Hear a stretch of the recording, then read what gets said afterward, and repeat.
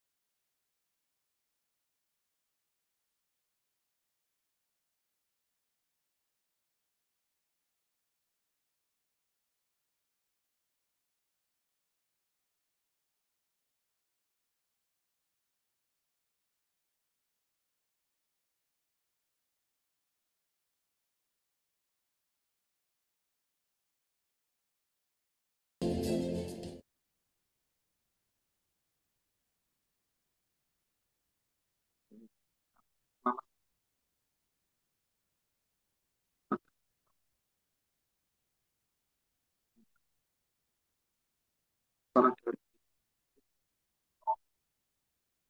yang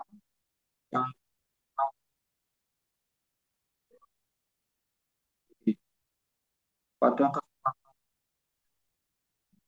kita akan mulai.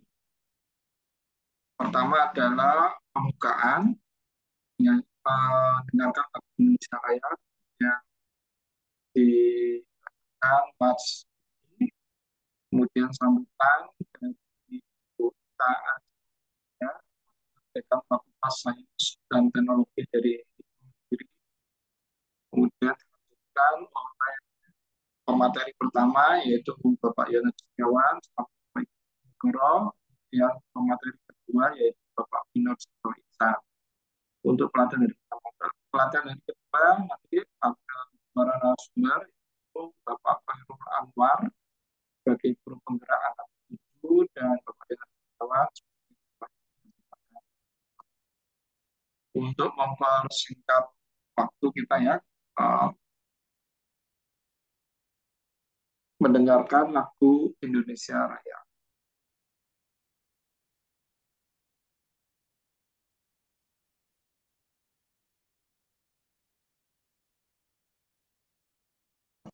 Share screen.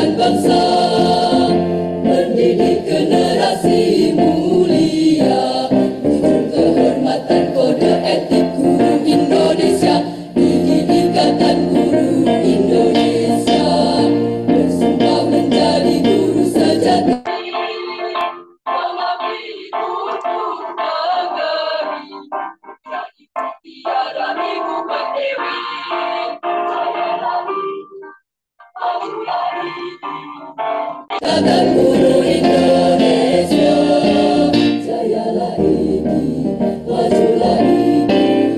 Ikatan Guru Indonesia.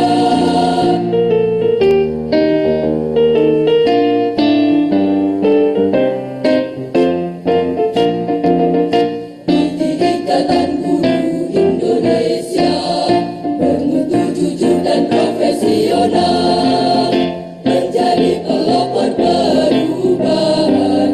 Tenang mengajar kalau tidak belajar. Ikatan Guru Indonesia ke depan dalam ilmu, sharing and growing together. Ikatan Guru Indonesia, jayalah ini, majulah ini. Ikatan Guru Indonesia, jayalah ini, majulah ini. Ikatan Guru Indonesia.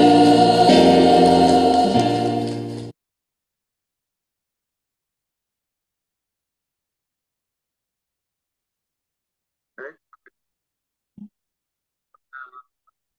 lanjutkan kita prestasi setelah waktu Wonogiri, waktu dan tempat saya persilakan. Oke, terima kasih Pak Yo. Apakah suara saya sudah terdengar? Cukup jelas. Cukup jelas, tapi suaranya Pak Yo putus-putus. Wah, iya. Oke. Assalamualaikum warahmatullahi wabarakatuh. Baik. Selamat siang Bapak Ibu semua.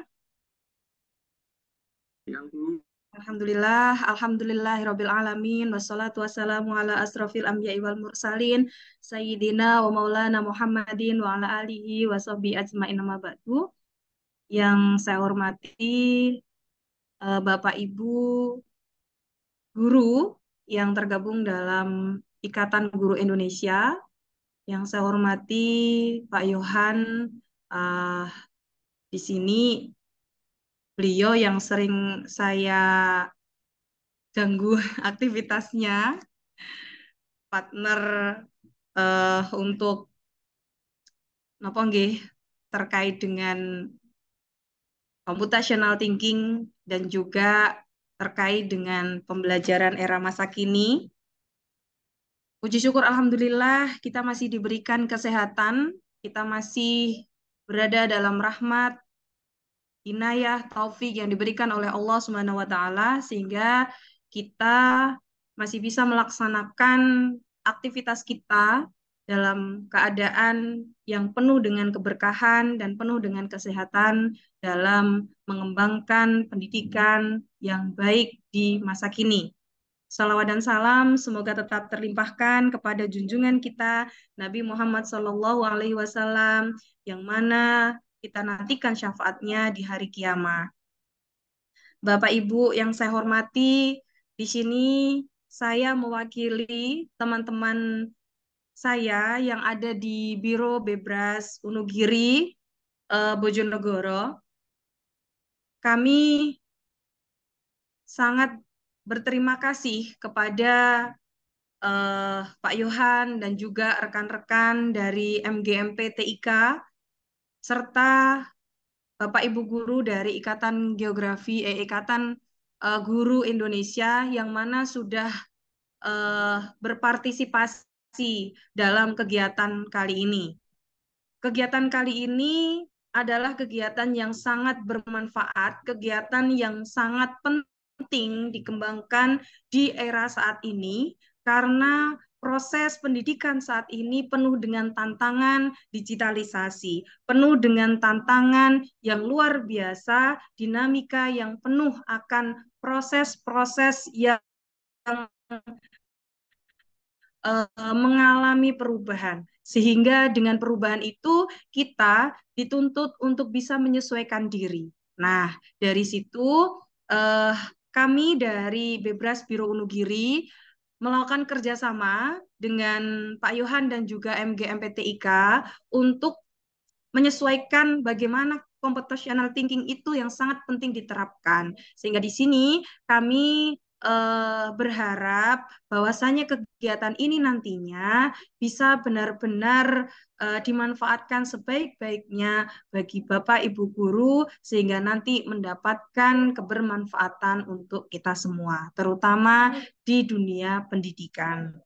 Computational thinking sekarang adalah hal yang sangat penting untuk diterapkan. Bagaimana itu harus kita tularkan kepada anak didik kita sehingga itu bisa menjadi hal yang salah satu yang bisa digunakan dalam pemecahan masalah masa kini. Anak-anak bisa terbiasa dalam menggunakan pemikirannya yang sistematis. Anak-anak bisa dalam mensolusikan masalah-masalah dengan cara berpikir kritis. Sehingga computational thinking ini perlu diterapkan dalam proses pembelajaran. Diharapkan nantinya dari kegiatan ini akan mendapatkan output bagaimana Bapak Ibu semua bisa menerapkan computational thinking ini yang baik di dalam proses pembelajaran.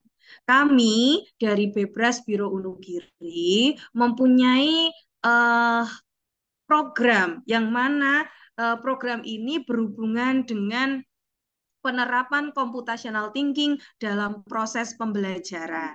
Bagaimana Bapak Ibu nanti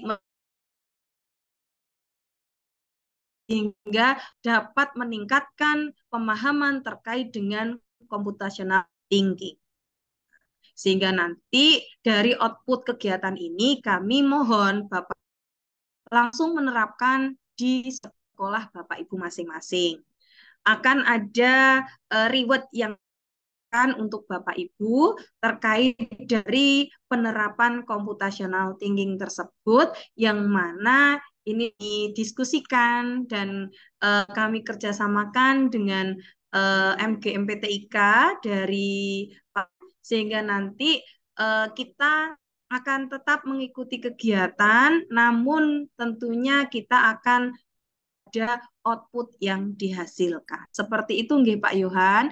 Mohon Bapak Ibu kerjasamanya sehingga apa yang diadakan pada siang hari ini, kegiatan yang kita laksanakan pada siang hari ini benar-benar membawa kebermanfaatan di dunia pendidikan di Bojonegoro khususnya dan di lingkup yang lebih luas secara sehingga pendidikan menjadi lebih maju dengan penerapan computational thinking. Seperti itu dari saya. Nanti terkait reward dan lain sebagainya, saya akan menunggu dari yang mana nantinya panjenengan kumpulkan di akhir sesi. Nanti terkait output akan langsung kita koordinasikan dengan pihak MGMPTIK dan Banggara. Seperti itu Pak Yohan, terima kasih. Kurang lebihnya mohon maaf. Ada hal yang kurang berkenan, mohon dimaafkan. Saya akhiri. Wallahu muwaffiq ila aqwamit thoriq. Wassalamualaikum warahmatullahi wabarakatuh. Waalaikumsalam. Terima kasih kita atas pencerahannya kiri. Untuk agenda selanjutnya adalah pemaparan materi ya tentang berpikir rasional. Tadi secara singkat sudah disinggung oleh Bu kita ya. Dan kesempatan kali ini saya akan memaparkan ya apa itu berpikir komputasional. Apakah slide-nya sudah tampak, Bapak Ibu?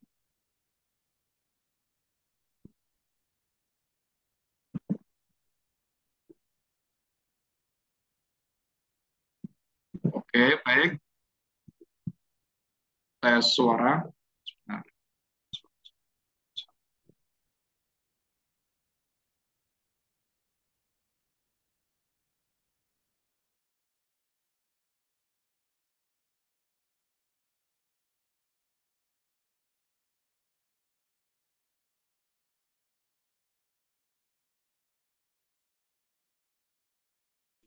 Tes suara, Bapak Ibu.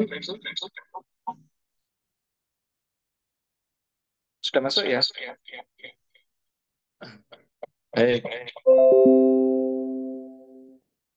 saya lanjutkan. Oke, materi saya adalah memperkenalkan tentang berpikir komputasional. Perkenalkan, nama saya Yohan Setiawan, yang merupakan guru informatika dari SMP Negeri 2 Kalitidu. Dalam bidang organisasi, saya mengetuai sebagai ketua daerah IGI Kabupaten Bojonegoro, juga ketua MGMP Informatika SMP Kabupaten Bojonegoro. Selain itu juga saya mendapat manah ya dari Dirjen Digdes GTK, yaitu sebagai narasumber berbagi praktek baik tahun 2023. Dan barusan saya menyelesaikan ya pendidikan guru penggerak angkatan ke-7.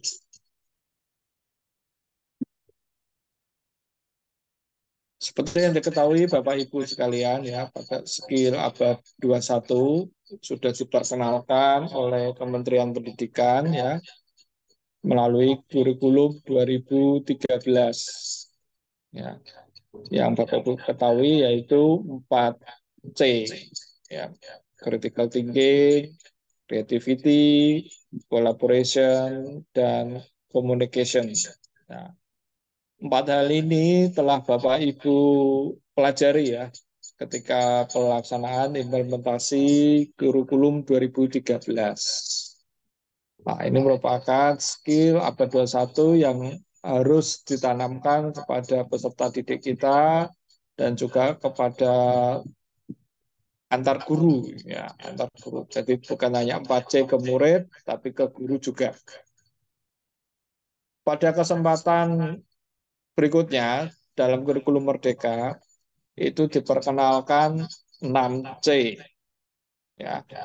6C, jadi dari semula 4C di kurikulum 2013, kemudian di kurikulum Merdeka diperkenalkan 6C, yaitu critical thinking, creativity, collaboration, communication, computational thinking, dan compassion.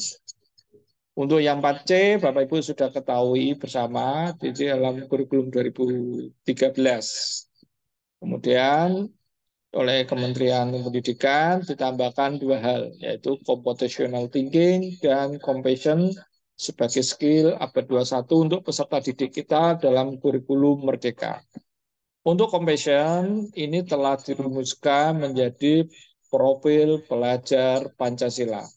Jadi bagi Bapak Ibu yang sudah menerapkan kurikulum Merdeka, ya, maka akan tidak asing lagi ya tentang profil pelajar Pancasila. Ya.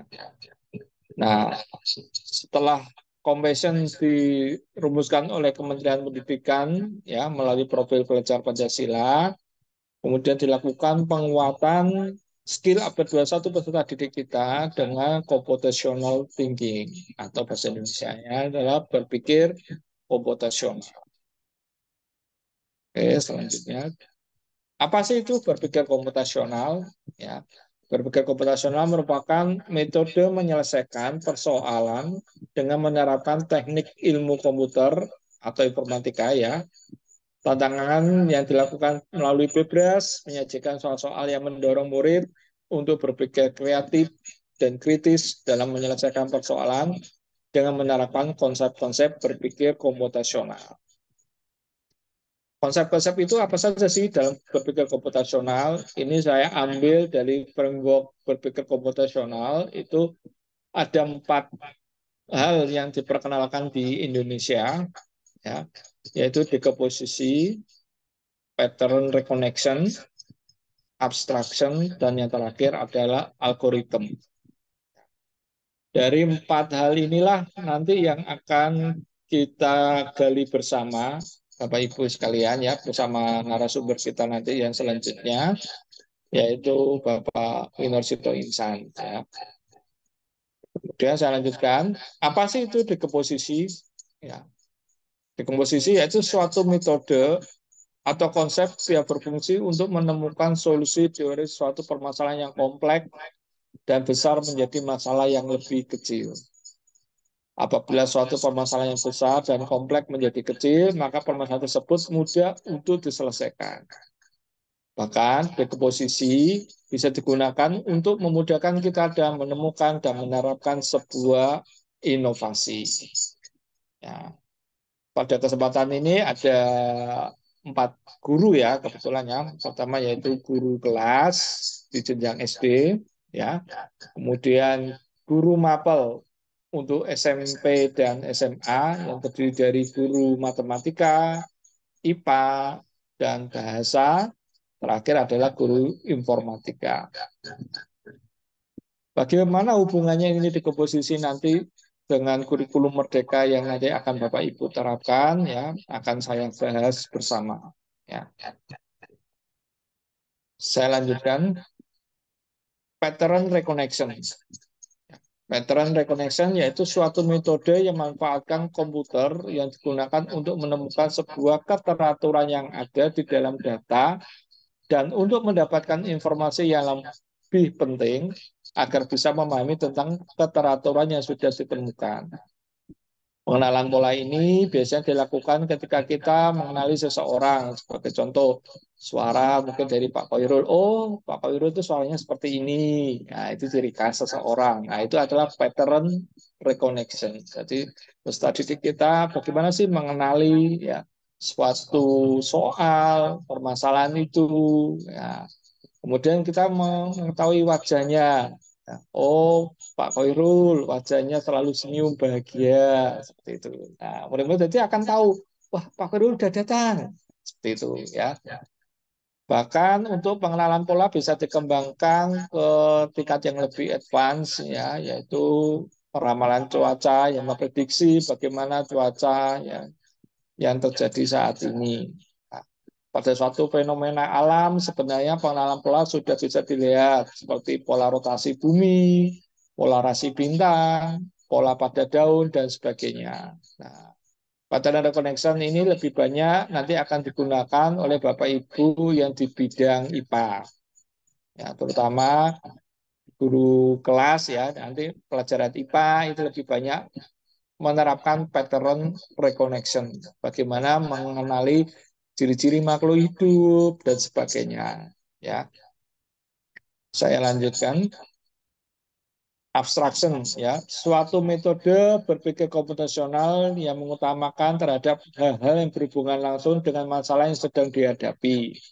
Selain itu, konsep abstraksi ini akan meninggalkan berbagai macam hal yang dianggap tidak bisa digunakan untuk menyelesaikan suatu masalah. Jadi dia akan lebih fokus, ya, lebih fokus kepada tujuan utama dari problem-problem permasalahan yang ada. Mungkin kalau Bapak Ibu yang sudah mengikuti guru penggerak, ya ini nanti akan masuk ke konsep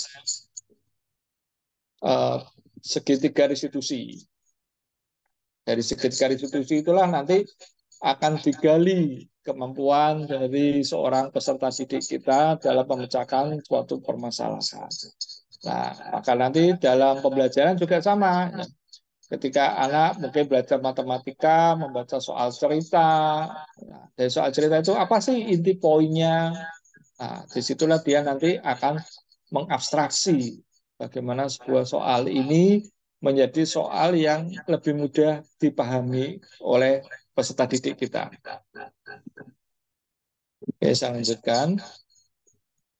Algoritma, ya. Suatu pola pikir yang biasa digunakan untuk merencanakan langkah-langkah yang bersifat sistematis untuk memecahkan masalah yang sedang terjadi. Meskipun algoritma ini dikaitkan dengan perhitungan, tetapi mode berpikir ini bisa digunakan untuk menyelesaikan berbagai macam masalah yang ada dalam kehidupan sehari-hari. Contoh, mungkin di mata pelajaran guru bahasa. Ya, di guru bahasa itu nanti ada materi misalnya prosedur teks. Ya. Bagaimana cara membuat minuman?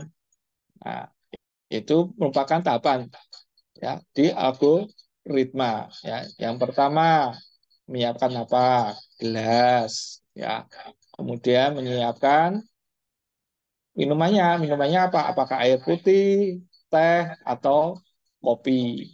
Nah, katakan kopi ya, biar agak melek si siang hari ini. Ya, kita ambil kopinya. Nah, kopi pun juga ada berbagai pendekatan. Apakah yang mau pahit, ataukah yang manis? Nah, anak menuliskan ya kopinya apa? Oh, ternyata si peminum maunya manis. Nah, maka gulanya berapa sendok? Ya, itu dituliskan. Algoritmanya tahap ketiga. Kemudian tahap keempat, dituangkanlah air panas. Ya. Tahap kelima, kemudian diaduk. Ya. Diaduk. Setelah itu disajikan. Nah, itulah tahapan-tahapan algoritma. Salah tidak langsung sudah Bapak Ibu lakukan ya dalam kegiatan pembelajaran. Sama juga di dalam hal fisik, IPA, matematika. Biasanya kalau di matematika dan IPA kan diketahui apa, maka tahapan penyelesaiannya step by step-nya seperti apa. Itu juga merupakan salah satu kegiatan yang melakukan algoritma. Sementara kalau di bidang informatika, tahapan algoritma ini menjadi dasar untuk tahapan yang lebih lanjut dari berpikir komputasional. Jadi berpikir komputasional ini merupakan dasarnya. Ya. Nah, kenapa sih kok perlu computational thinking? Ini saya ambilkan dari artikel ya bahwa nanti di 2025 di PISA, ya PISA merupakan Bapak Ibu ketahui ya standar pengukuran pendidikan di dunia. Dan Indonesia juga mengadopsi bahwa PISA ini merupakan bagian dari pengukuran pendidikan di negara kita. Di 2025, PISA akan fokus pada computational thinking dan coding.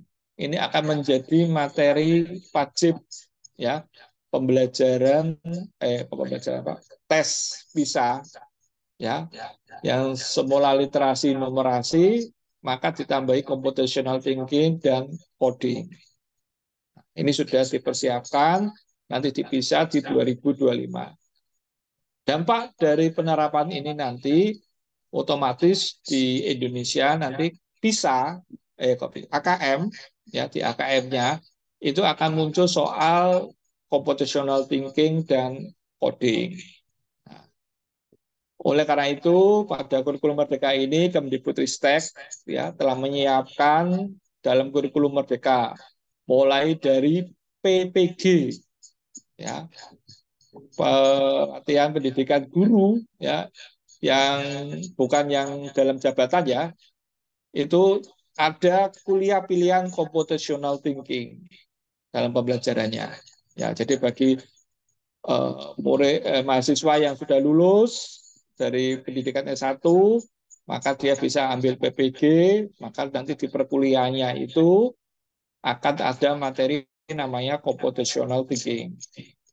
Kemudian pada SD, yaitu pada mapel bahasa Indonesia, IPAS, dan matematika, itu nanti akan dimasukkan proses computational thinking.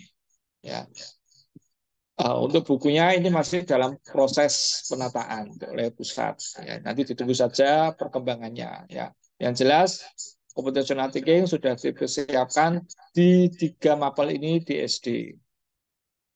Kemudian pada jenjang SMP dan SMA, ya itu sudah akan disiapkan juga di mapel bahasa Indonesia, matematika, IPA, dan informatika untuk memperkuat proses computational thinking ke tingkat yang lebih advance-nya. Nah, yang menarik adalah untuk lulusan peserta didik kita yang lulus SMA untuk masuk ke perkuliahan melalui jalur tes yang mandiri itu ternyata sudah dimasukkan soal computational thinking. Ya, kemarin info yang saya dapat peserta didik yang melalui jalur mandiri atau jalur tes masuk kuliahnya di IPB, ya, itu sudah ada soal tentang berpikir komputasional. Ya, artinya peserta didik kita sudah harus dipersiapkan tentang berpikir komputasional ini.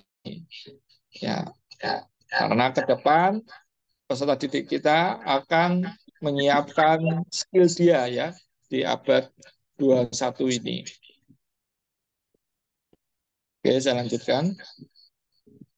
Nah, untuk mengasah kemampuan murid atau peserta didik kita ini telah difasilitasi yaitu gerakan melalui Bebras. Ya, Bebras Indonesia kebetulan pada siang hari ini Ikatan Guru Indonesia ya bekerja sama dengan Unugiri Bebras Bironya untuk memperkenalkan computational thinking ini kepada Bapak Ibu sekalian. Ya. Di dalam webnya yaitu bisa diakses di bebras.or.id. Ya. Di situ telah disiapkan materi dan event kegiatan berpikir komputasional yang bekerjasama antara Bebras Indonesia dan Google Indonesia. Jadi nanti pada bulan September kalau nggak salah ya, itu ada event dari pihak Biro Bebras Indonesia ya kepada rekanan universitas yang telah bekerja sama untuk mengadakan kegiatan event yaitu tentang computational thinking mulai jenjang SD, SMP, dan SMA. Ya, nanti ketika ada eventnya, Bapak Ibu bisa mengikut sertakan peserta didiknya dalam kegiatan tersebut yang mendaftar ke kampus terdekat di wilayahnya yang telah terdaftar sebagai biro dari Bebras Indonesia.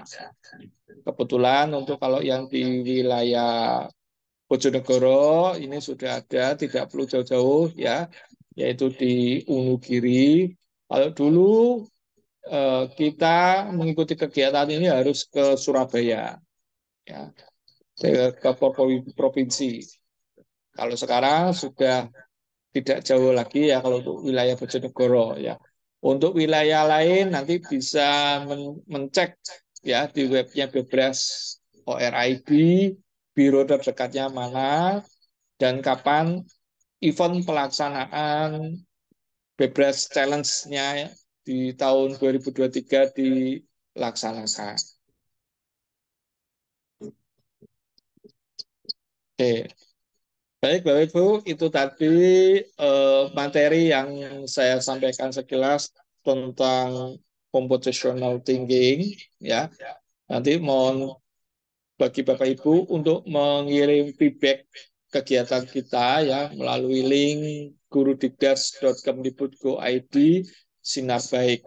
Ya, linknya nanti akan saya bagikan di grup computational thinking kita.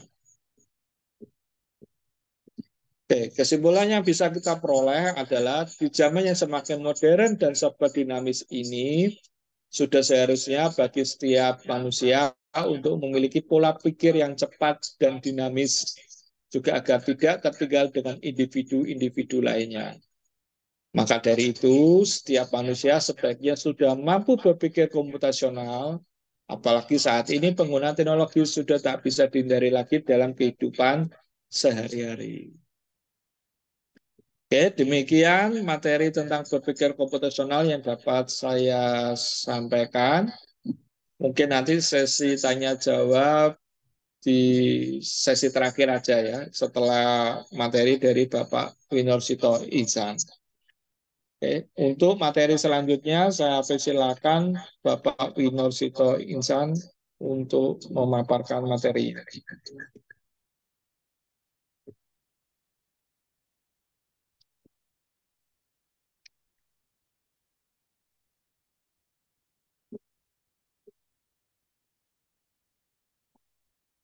Pak Ihsan.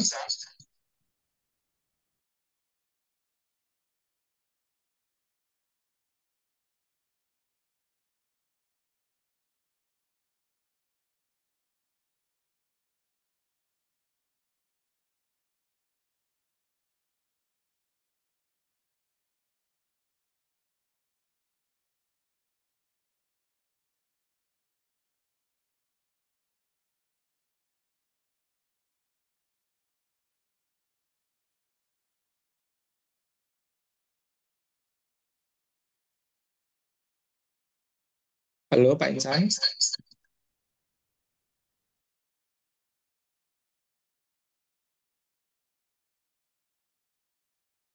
Oke, sambil menunggu Pak Insan masuk, mungkin saya buka sesi tanya jawab dulu ya. Mungkin ada yang mau bertanya tentang berpikir komputasional.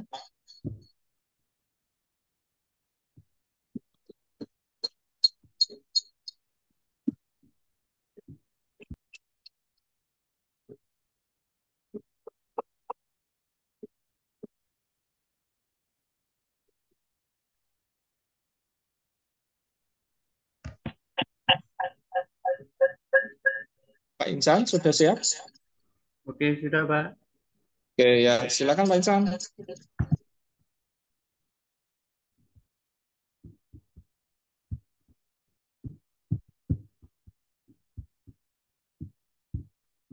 Oke, selamat siang Bapak Ibu. Perkenalkan saya Minursto Insan.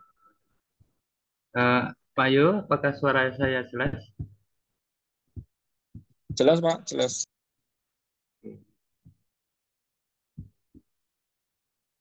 Minta share screen Pak Yo.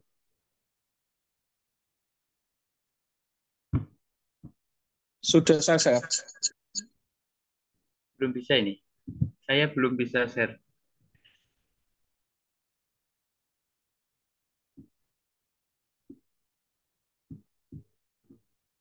Oke, sudah. Ya.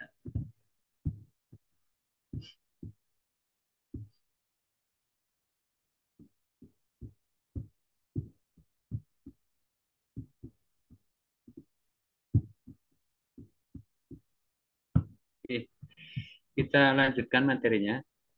Bapak Ibu, perkenalkan saya Minursto Insan dari SMP Negeri 2 Bojonegoro. Tadi sudah dipaparkan oleh Pak Yohan tentang berpikir komputasional. Nah, di sini saya tidak akan lagi menjelaskan tentang computational thinking atau berpikir komputasi karena sudah dijelaskan oleh Pak Yohan. Saya ngasih tambahan saja bahwa berpikir komputasi itu awalnya adalah atau digagas oleh Seymour Papert pada tahun 80 dan dikembangkan lagi pada tahun 96, kemudian pada tahun 2014 pemerintah Inggris memasukkan materi pemrograman dalam kurikulum mereka. Berbarengan juga dengan lembaga non-profit di Amerika membuat food.org. Kemudian kalau di Indonesia itu yang mulai kurikulum merdeka ini elemen berpikir komputasi masuk. Ada mapel informatika. Nah, ini sudah dijelaskan oleh Pak Yohan tadi tentang berpikir komputasi. Sudah. Nah, kalau di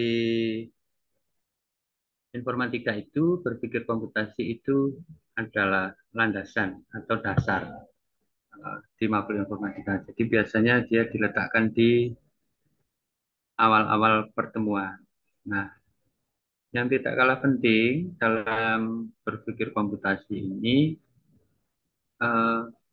modelnya adalah model pembelajarannya adalah unplugged. Jadi dalam belajar berpikir komputasi kita tidak perlu yang namanya peralatan elektronik. Yang penting adalah kita bisa ambil contoh soal yang ada di sekitar kita, kemudian kita pecahkan masalah tadi. Tidak perlu PC, tidak perlu laptop, tidak perlu HP. Intinya tidak ada peralatan elektronik yang kita pakai. Biasanya seperti itu. Targetnya apa sih Bapak Ibu untuk belajar BK ini? Kalau ditanya target biasanya kan ujung-ujungnya ya ANPK. Karena ANBK itu sudah literasi, numerasi, soalnya banyak. Kemudian di sana kita tidak hanya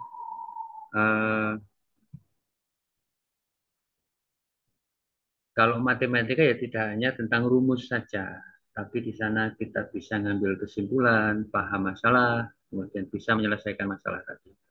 Yang kedua, target kita itu untuk belajar BK, lomba bebas. Nah, ini biasanya kalau untuk apa sih belajar? Nah, biasanya anak-anak itu kalau dikasih tujuan yang, oh ada lombanya, nah, itu biasanya dia lebih semangat. Nah, untuk lomba bebas sendiri ini tahun yang kemarin ada pamflet, jadi mulai jadi empat apa namanya empat kategori, yaitu si kecil, siaga, penggalang, dan penekan. Untuk si kecil ini hingga kelas 3 SD, kemudian siaga itu 4 sampai 6, kemudian yang SMP itu penggalang, kemudian yang keempat itu adalah penegak, itu siswa SMA, MA, dan SMK. Kalau di Indonesia di mana? Ya bebras.or.id. Nanti untuk latihannya kita bisa ke latihan bebras.ipb.ac.id. Nah, di bebras.or.id itu ada beberapa contoh soal yang bisa kita download dan kita pelajari. Kalau mau lebih dalam, setiap tahunnya ada itu nanti di websitenya IPB itu lebih lengkap dia. Kalau situsnya yang internasional kita bisa kunjungi di bebras.org, kemudian kalau di Indonesia ya bebras.or.id. Nah, ini cakupan soal bebras Bapak Ibu. Jadi ada information comprehension itu terkait dengan aspek transformasi data atau info. Kemudian algorithmic thinking itu terkait pemahaman proses dari suatu algoritma. Kemudian using komputer, jadi harus paham tentang search engine, spreadsheet, without specific system. Artinya terkait penggunaan sistem TIK. Itu biasanya sedikit sekali. Kemudian ada struktur, ada pattern, ada aransemen. Itu terkait konsep teori komputasi. Contohnya apa ya? Contohnya konsep-konsep komputasi yang dipakai ya stretching, bisa juga kemudian tumpukan, antrian. Nah, itu di sana ada algoritma-algoritma yang biasa kita pakai.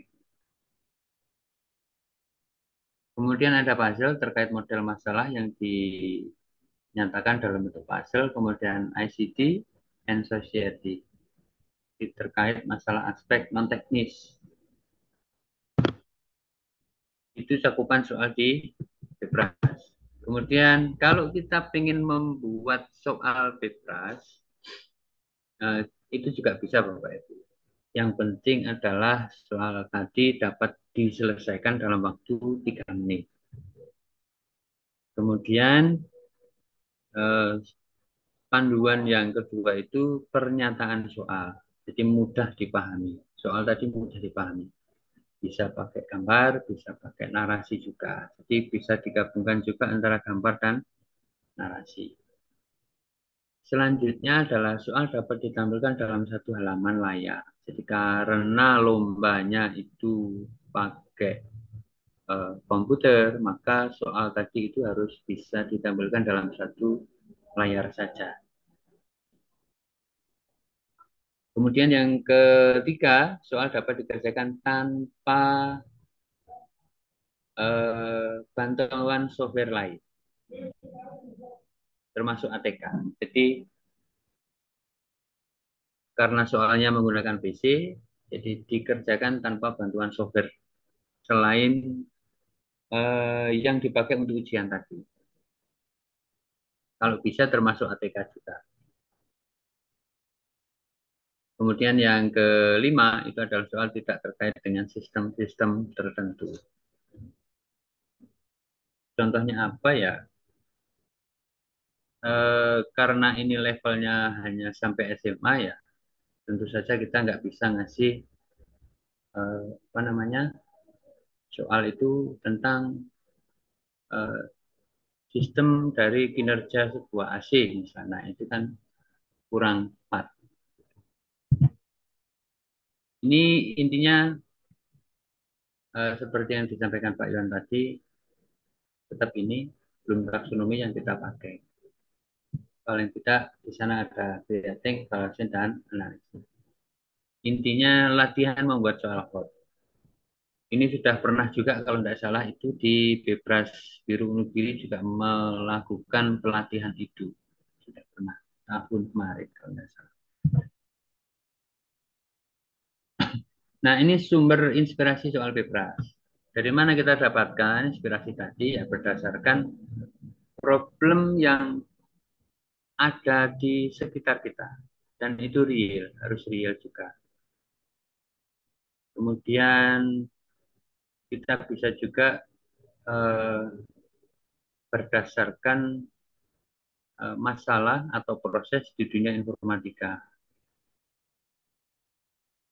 Apakah bisa kita pakai itu di mapel yang lain atau topik mapel yang lain? Boleh-boleh saja. Meskipun berpikir komputasi itu salah satu elemen di informatika. Kita bisa menerapkan soal berpikir komputasi ini di mapel-mapel lain, contohnya IPA misalnya. Kemudian berdasarkan model dan teori komputasi dan matematika. Karena tidak bisa dipungkiri bahwa basic kita itu adalah matematika. Kemudian yang selanjutnya, kalau bisa soal tadi itu ya bisa ditemukan di kehidupan sehari-hari, sehingga nanti siswa tidak sulit dalam mengerjakannya. Kemudian kita sebagai guru tidak kesulitan juga dalam memodifikasi agar konteksnya itu terlalu lokal juga jangan, terlalu internasional juga jangan. Jadi ya standar saja. Intinya begitu. Kemudian jangan juga kita buat soal itu yang pakai rumus matematika. Misalnya menghitung titik perpotongan dua kurva, faktor-faktor bagaimana, itu dihindari. Kemudian lebih direkomendasikan dari dua sumber soal berikutnya. Dari sumber soal berikutnya itu adalah pembuat soal itu biasanya sering tergoda pada kerumitan proses atau model komputasinya. Kira-kira seperti itu. Nah, ini ada beberapa contoh soal pada lomba Bebras. Ini untuk ini tingkat SD kalau ya. Ini ada sebuah boneka bersarang, adalah sekumpulan boneka kayu, di mana satu boneka dapat dimasukkan ke dalam boneka lainnya. Setiap boneka dapat dibuka tutupnya untuk melihat boneka lebih kecil. Dalam arti di sini adalah ukuran tinggi dan lebarnya ada di dalamnya. Jadi seperti ada kotak di dalam kotak. Nah, ibaratnya seperti itu. Kemudian di situ ada ukuran, kemudian di sana ada berikutnya, ini adalah semua boneka yang dipunyai Emily. Dia ingin menyusun boneka-boneka tersebut sehingga dapat dimasukkan menjadi satu sebanyak-banyaknya. Nah, itu adalah contoh dari soal untuk yang SD. Nah, tantangannya seperti apa? Tantangannya berapa buah boneka yang dapat disusun oleh Emily? Isikan sebuah bilangan. Di situ sudah ada ukuran, panjang lebarnya atau lebar tingginya sebuah boneka tadi, sehingga nanti kalau dimasukkan ke dalam ukuran yang paling besar itu kira-kira nanti berapa buah boneka yang dapat dimasukkan ke dalam boneka yang paling besar tadi. Nah, dari soal ini kita dapat jawaban. Jadi harus memiliki lebar dan tinggi yang lebih kecil dari yang lainnya. Contohnya seperti itu. Dan jika kita pertama menyortir boneka berdasarkan lebarnya dalam urutan besar ke kecil, maka kita dapat memastikan boneka yang dapat dimasukkan secara bersarang. Artinya bersarang itu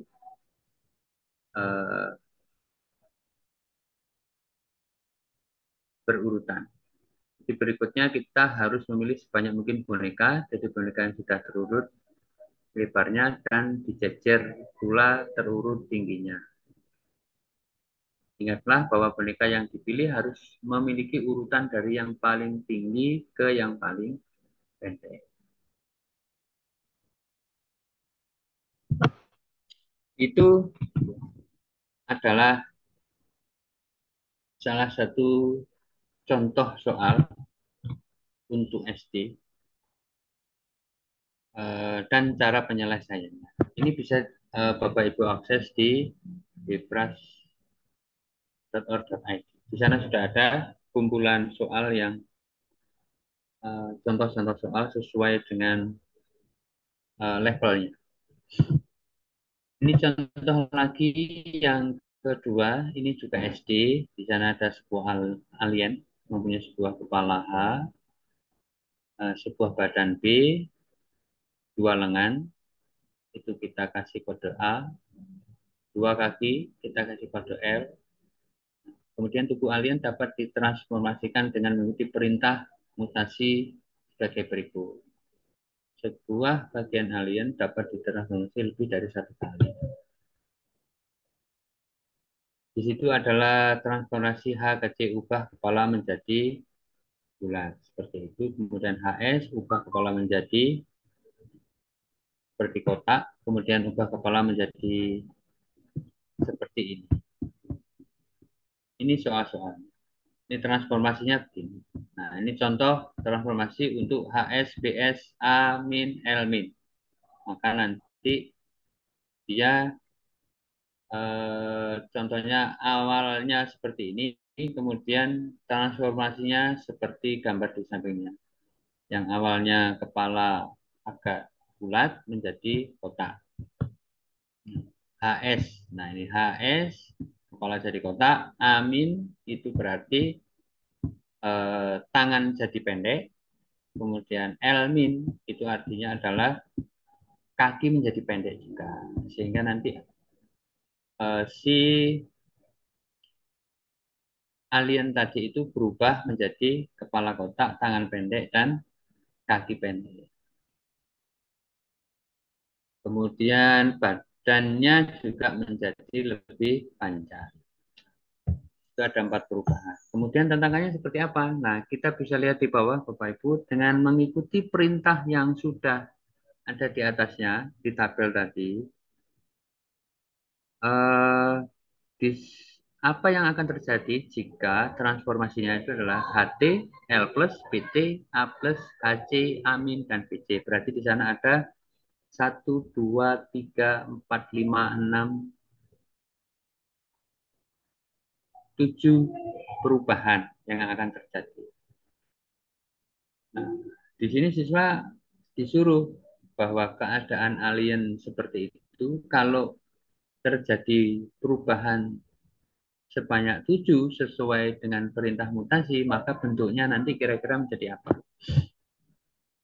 Nah, kira-kira nanti biasanya ada pilihan Bapak Ibu. Ini saya kok lupa tadi menampilkan pilihannya. Kemudian nanti ada pilihan biasanya ABCD-nya. Nah, kemudian setelah dikerjakan nanti kira-kira nanti aliennya menjadi seperti itu. Jadi kepalanya bulat, tangan pendek, kaki juga pendek, badannya juga bulat. Dan sebanyak 7 perubahan tadi. Itu untuk soal SD kira-kira standarnya seperti itu. Kemudian ini sudah SMP. Di sini SMP kalau teman-teman dari basic informatika atau bidang computing tentu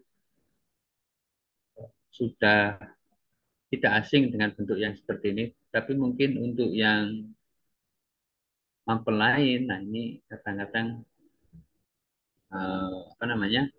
kurang familiar. Di sini kita bisa melihat tugas Anda adalah mewarnai lingkaran-lingkaran pada gambar berikut. Jadi lingkaran tersebut dihubungkan dengan lingkaran tetangganya yang terhubung langsung dengan garis. Terdapat 9 lingkaran kalau kita lihat di sana dan 16 hubungan antara dua buah lingkaran. Angka yang dituliskan dalam lingkaran menunjukkan jumlah tetangga yang harus diwarnai.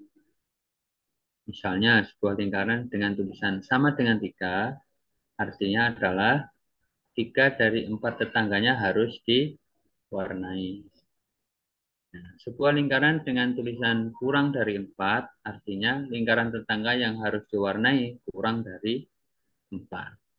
Nah, di situ tantangannya adalah berapa dari tetangga-tetangga ini sudah ditentukan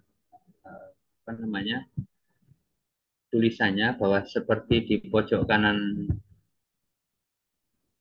atas itu adalah sama dengan 1,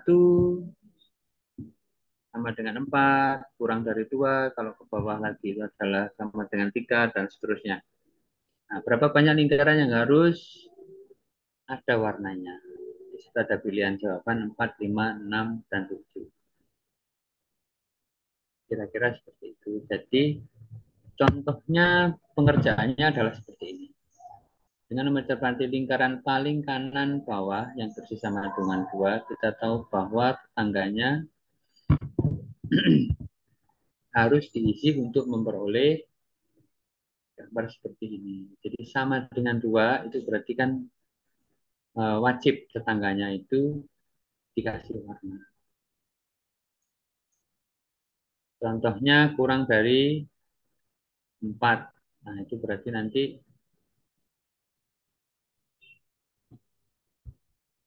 yang diwarnai adalah yang kurang dari 4.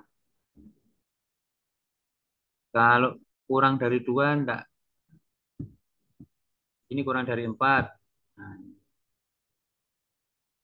kasih warna. Kemudian kalau kita melihat gambar dan angka yang di sini, maka nanti yang isinya adalah sama dengan 4 ini, 4 tetangganya harus diisi nanti, sehingga jadi kuncinya di sama dengannya itu lebih mudah untuk mengerjakan. Nah, apakah cara-cara itu sesuai aturan? Ya, sesuai aturan yang ada di soal. Dan intinya kalau di berpikir komputasi itu ya di sana ada proses bahwa akan menyingkirkan apa yang tidak penting. Jadi yang tidak penting kita buang. Sehingga nanti hasilnya seperti ini.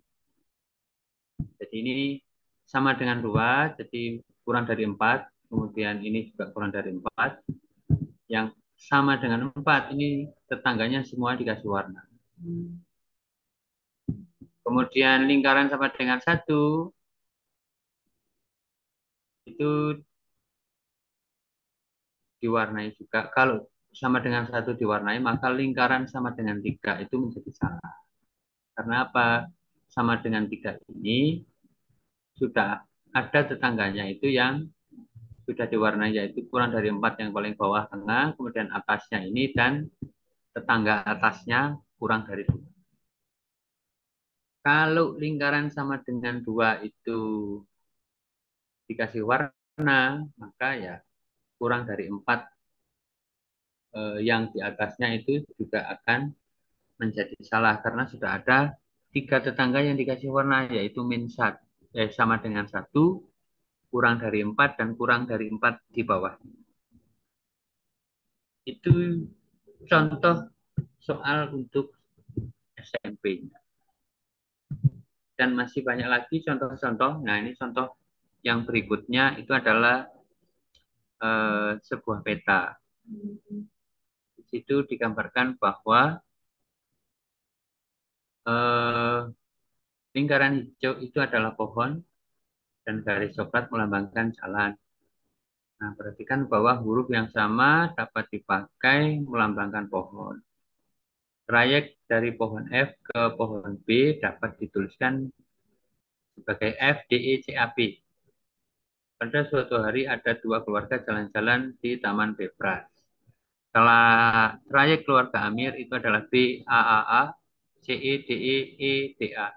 Kemudian trayek keluarga Batu itu adalah F, D, C, D, A, E, A, D, E, D, A. Nah, tantangannya untuk siswa SMP,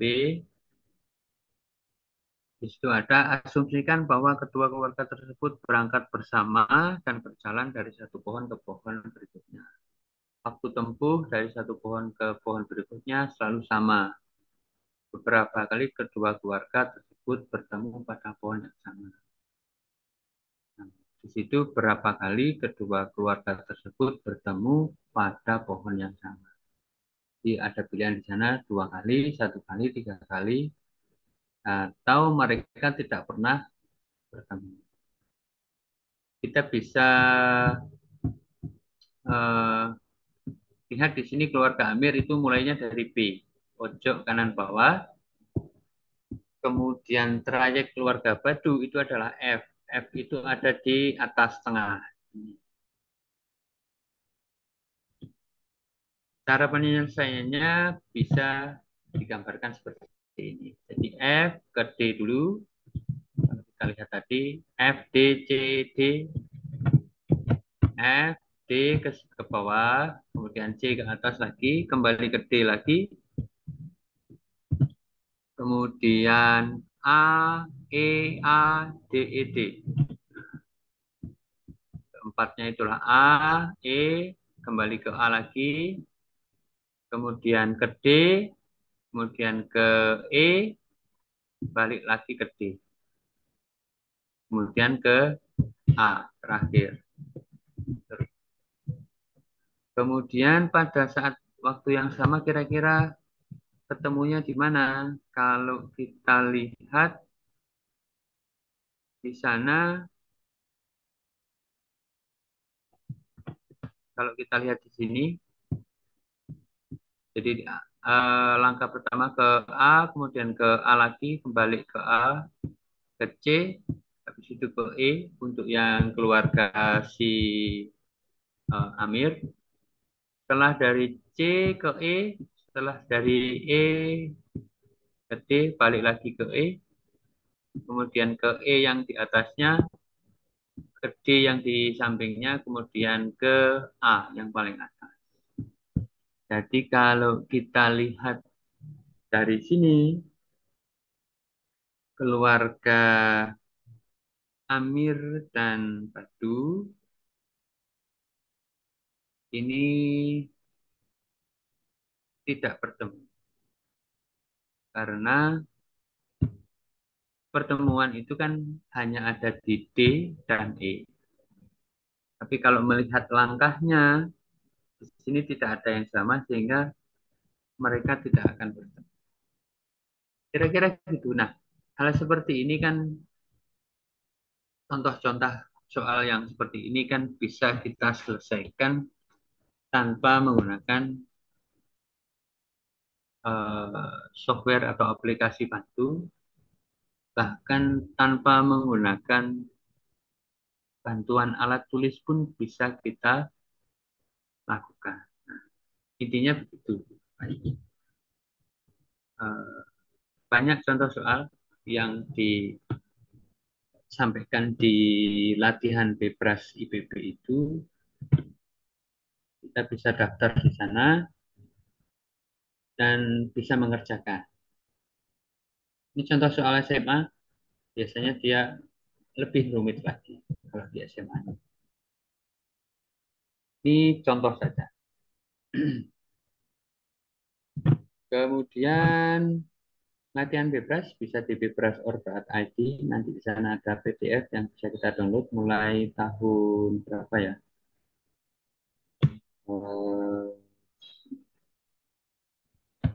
2016 sampai 18 kalau nggak salah. Kalau di olympia.id ini kita bisa daftar dulu. Kemudian kalau di latihan Bebras ibb.ac.id ini juga kita bisa daftar dulu.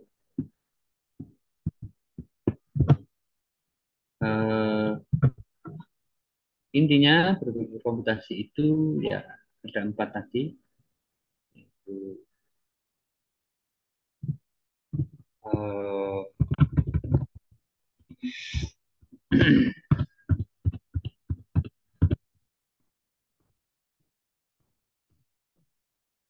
dekomposisi, pattern recognition, abstraksi, dan algoritma.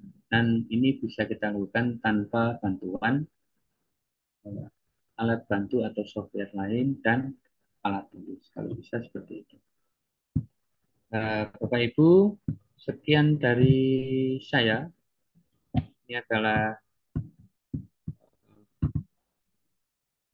contoh-contoh soal Bebras yang bisa kita adopsi untuk kita membuat soal Bebras atau soal berpikir kritis untuk siswa-siswa kita, sehingga paling tidak nanti membantu pada saat kalau anak-anak sudah terbiasa dengan soal-soal seperti ini, nanti diharapkan nanti ANPK-nya mereka lancar, bisa mengerjakan AN-nya. Kemudian yang kedua, mereka juga bisa mengikuti lomba Bebras. Nah, untuk di Bojonegoro sudah ada biro, yaitu dari Universitas Sunan Giri, Bojonegoro. Terima kasih atas perhatiannya. Saya akhiri. Wassalamualaikum warahmatullahi wabarakatuh. Saya kembalikan ke Pak Yu. Ya, terima kasih Pak Susan atas paparan yang telah diberikan ya. Untuk sesi selanjutnya adalah sesi tanya jawab dari Bapak Ibu. Adakah yang ditanyakan tentang berpikir komputasional? Silakan raise hand.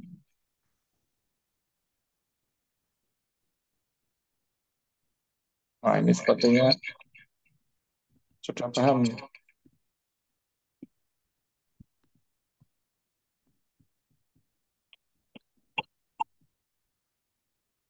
Dari Bu Wayuningse, ada yang ditanyakan?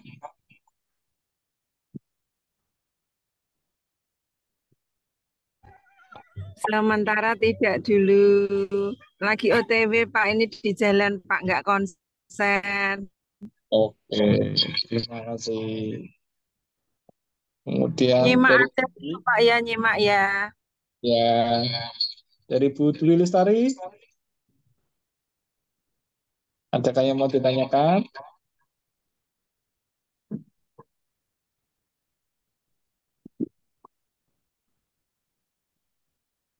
Oke, berarti ada. Saya lanjutkan ke Bu Widi Astuti. Ada yang ditanyakan?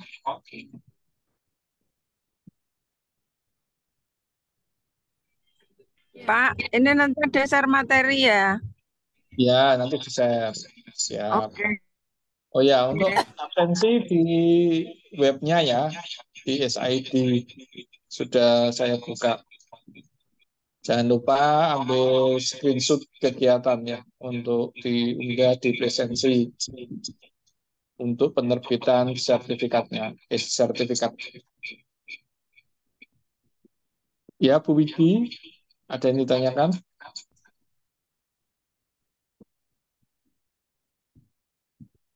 Tidak, Pak. Cuma share materi aja, Pak. Oke, baik. Ya. Oke.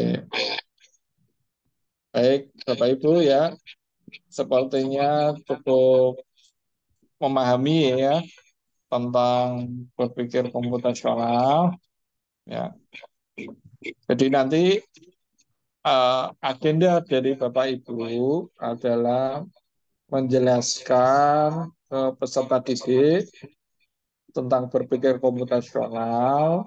Nah, kegiatan Bapak Ibu ketika menjelaskan berpikir komputasional ini akan direkam dengan menggunakan ponsel Bapak Ibu selama mengajar ya, minimal 1 JP. Nah, dari soal yang bisa diambil dari situs yang tadi sudah disampaikan Pak Yunus Insan ya, dari situsnya Bebras ORID, atau bisa langsung masuk ke situs latihannya. Ya, jika menggunakan komputer bisa mengakses websitenya. Baik, saya share ke screen. Pak, tanya Pak. Ya, gimana Bu? Ya, ini kan saya lagi P5 ini Pak.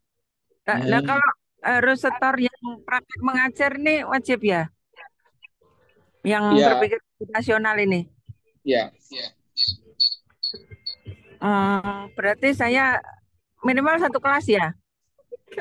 ya, satu kelas, satu kelas. Oh, gitu. Ya, Bisa ya, punya ya. banyak. Ya, terima kasih. Ya, saya bisa, saya bisa. Oke ya, ini tadi situs Halo, yang bisa. Assalamualaikum, Pak. Tanya. Ya, ya, ya, gimana? Berarti kita ini intinya membuat soal yang berbasis komputing ini, kemudian kita buat soal, terus kita praktekkan ke siswa begitu. Ya, bisa membuat soal atau ambil soal dari situs Bebras. Langsung online gitu. Bisa. Terserah, bisa offline, bisa online. Ya, contohnya kalau online, saya pakai Google Form atau apa, ini soalnya disalin, ya dikasih 5 soal atau berapa, setelah itu dibahas sama muridnya. Kok jawabanmu ini apa? Kok ini bagaimana? Nah, seperti itu. Jadi menjelaskan ke peserta didik kita. Contoh seperti ini ya. Ini soal yang SMP. Ini juga sudah saya berikan ke murid saya juga. Ya. Jadi ini ada sebuah berang-berang, Jana dan Robi melempar pesawat terbang kertas. Salah satu dari mereka berada di atas bukit dan yang lainnya berada di kaki bukit untuk memungut pesawat yang sudah mendarat. Malangnya, hanya berang-berang di atas bukit yang dapat melihat posisi pesawat mendarat. Mereka menciptakan kode dengan sebuah raket yang memberikan kode kepada berang-berang di bawah bukit kemana harus mengambil pesawat yang tiba. Ini dia membuat kodenya ya. Kalau berdiri satu ke kiri, kemudian berdiri satu dan tidur ke kanan, terus berdiri, tidur, dan berdiri mendekat ke bukit, tidur, berdiri, tidur menjauh dari bukit. Nah, ini yang mau dibuat kodenya. Ternyata ada masalah dengan kode ini. Jika sebuah perintah dikirim tanpa jeda dengan perintah yang sebelumnya, bisa menimbulkan arti ganda. Nah, artinya yang di atas bukit itu langsung ngasih kode seperti ini. Nah, kalau kodenya seperti ini menjadi multi tafsir. Kalau tabel petunjuknya seperti ini, ya multi tafsirnya ada di mana?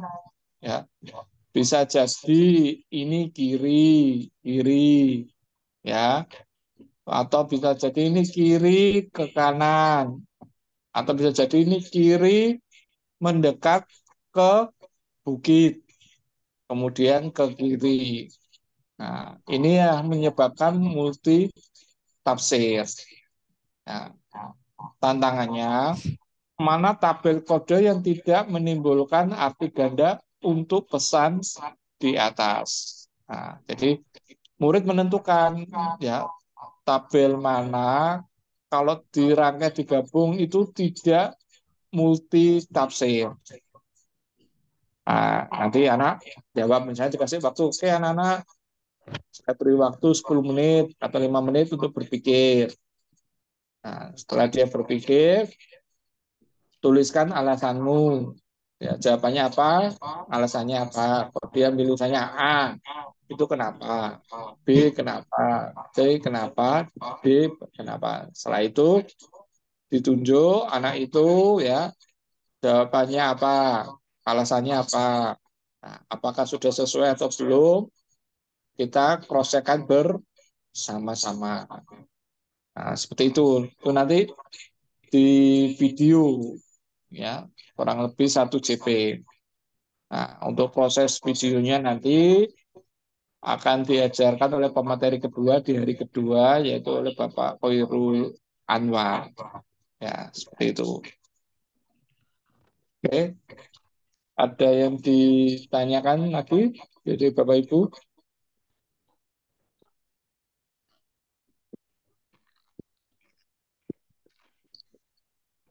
Oke, cukup jelas ya. Jadi untuk persiapan tugas kedua, ya. Jadi nanti bisa ambil soal dari Bebras, ya, atau bisa juga dari situs latihan. Nanti saya cek sebentar.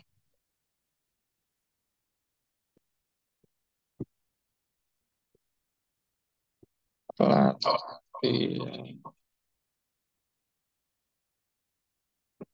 IPB ACED.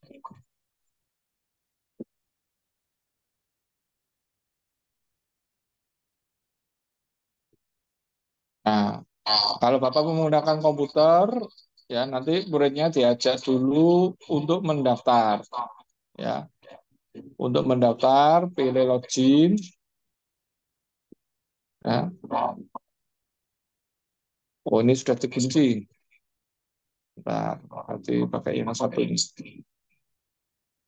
Ini sudah fokus ke lomba Olimpia.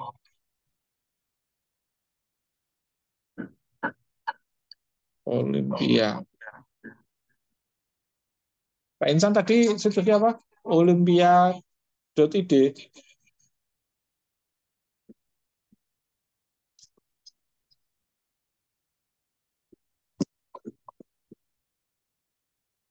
Olimpia.id. Olimpia.id. Nah, oke, ya. Ini di sini nanti Bapak Ibu create new account. Ya, create new account, buat username-nya. Ya, harus 8 karakter username-nya. Minimal ada 1 angka, 1 alfabet kecil, dan 1 alfabet besar, serta non karakter seperti dolar, pagar, bintang, dan sebagainya. Ya, dan kemudian dimasukkan passwordnya. Untuk bentuk passwordnya, ini 8 karakter harus dipenuhi. Kemudian diisikan email, ya, terus first name dan last name. Ya. Setelah itu dipilih negaranya Indonesia. Ini kalau Bapak Ibu menggunakan komputer. Ya. Setelah itu klik I am not a robot. Setelah itu nanti validasi di email, baru nanti Bapak Ibu login username dan passwordnya. Nah, dari situ Bapak Ibu bisa mencoba latihan Bebras ya ambil yang versi bahasa Indonesia. Kenapa ini kok ada versi Inggris? Ya, karena ini ada beberapa sekolah internasional yang ikut lomba ini. Jadi difasilitasi soal yang berbahasa Inggris. Ya, ini juga bisa dipakai di sini. Ya. Oke, seperti itu gambarannya.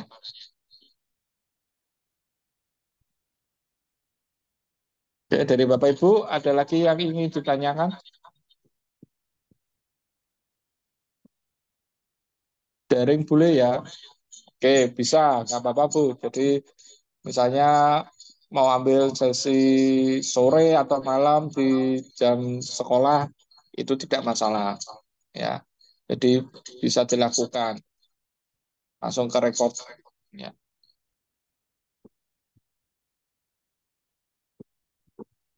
Tidak harus di dalam kelas. Ya.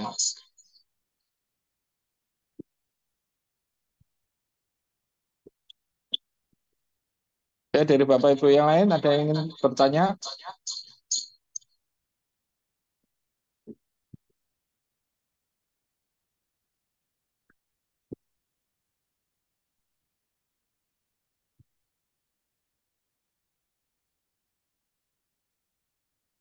Oke, baik. Untuk absensi bisa diakses di webnya ya. SID, ID, BJN, BK. Ya, ini absensinya. Saya screen.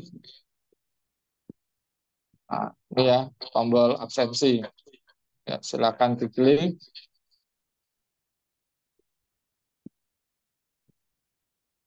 Silakan masukkan nama lengkap, unit kerja, kecamatan, kabupaten, pertemuan ke-1, tanggal sekarang, kemudian foto saat kegiatan. Jadi silakan screenshot ya dari HP-nya masing-masing atau dari laptopnya ya sebagai bukti mengikuti kegiatan yang pertama.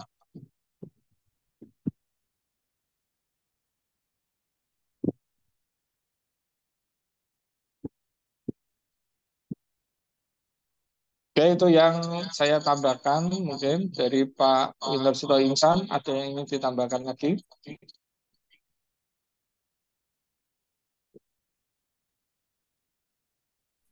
Cukup Pak Yo. Oke, baik.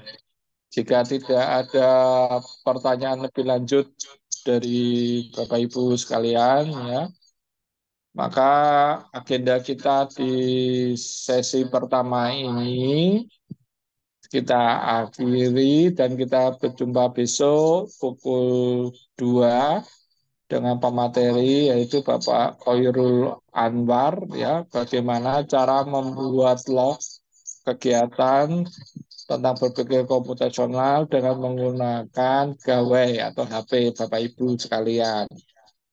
Oh, monggo Bu Dwistiawati. Ini bertanya atau apa?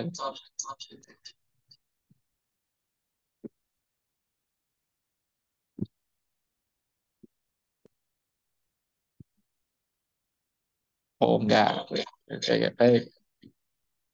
Oke. Pak, bertanya Pak. Oh, silakan Bu. Tugasnya cuman itu apa itu satu aja itu ya? Cuman merekam pembelajaran dengan menggunakan Bibras itu aja?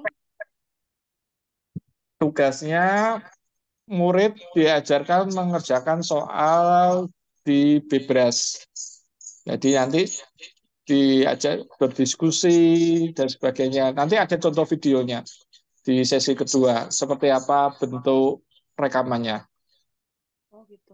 Ya, Iya, makasih Pak. baik. Oke, baik Bapak Ibu, karena sudah tidak ada lagi yang ditanyakan, untuk sesi pertama ini saya akhiri bersama-sama. Saya tutup. Assalamualaikum warahmatullahi wabarakatuh. Sebelum kita tutup, bisa on cam untuk saya screenshot foto bersama.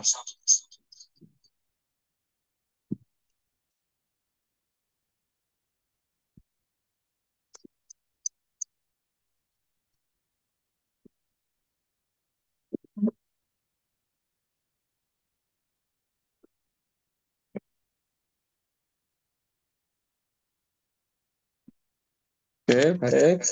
Saya screenshot ya. 3, 2, 1.